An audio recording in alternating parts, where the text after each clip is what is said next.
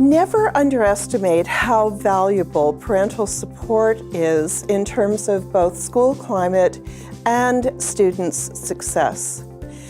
When parents are positive about the school experience, their children are more enthusiastic about going to school and about doing well at school.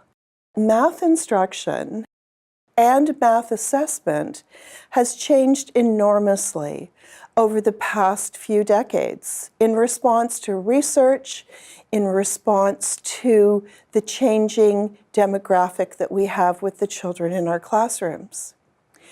It's important for parents and for kids to know why they're using things like math manipulatives, why they are using technology, why they are using other kinds of resources in the classroom as part of their everyday math learning.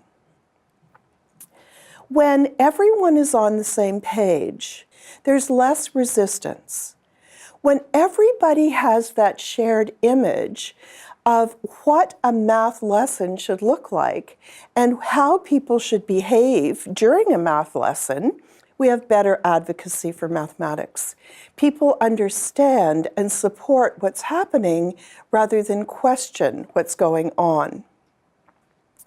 That in turn helps parents to understand that we do have a balanced math curriculum. When we share that information, we have a more informed discussion. That's why we turn to social media. We know that teachers encourage students to take pictures of their work. They exchange their ideas on classroom bulletin boards, electronic classroom bulletin boards.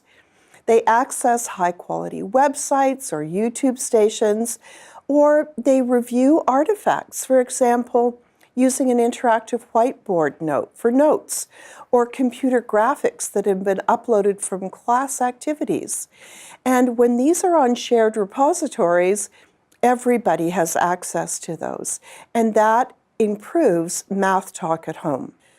When children are working at home in the evening, doing their math homework, and communicating with the classmate who lives 3 blocks down the road or in the next town, what that's really happening is to establish relationships of trust between those students.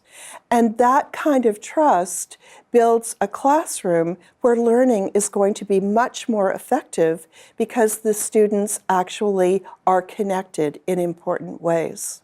One of the most important skills that we have for the 21st century, and it has been articulated by many different groups, is that our young people are going to have to be able to work successfully in small groups. Social media helps students to have experience working together, sharing ideas and sharing resources. Families today have incredibly busy schedules. One of the things that we know is that social media allows the opportunity for students to learn anytime, anywhere. When they have access to classroom notes, when they have access to instructional video, when they have access to individual help from either a teacher, their own teacher, or another teacher, that is very helpful. Getting information out there. It helps them to communicate with an entire class and with their families. They now are actually communicating regularly and in a meaningful way. One of the things that we know is that, again, the classroom has changed. You're going to see all kinds of things that were never in our own classrooms.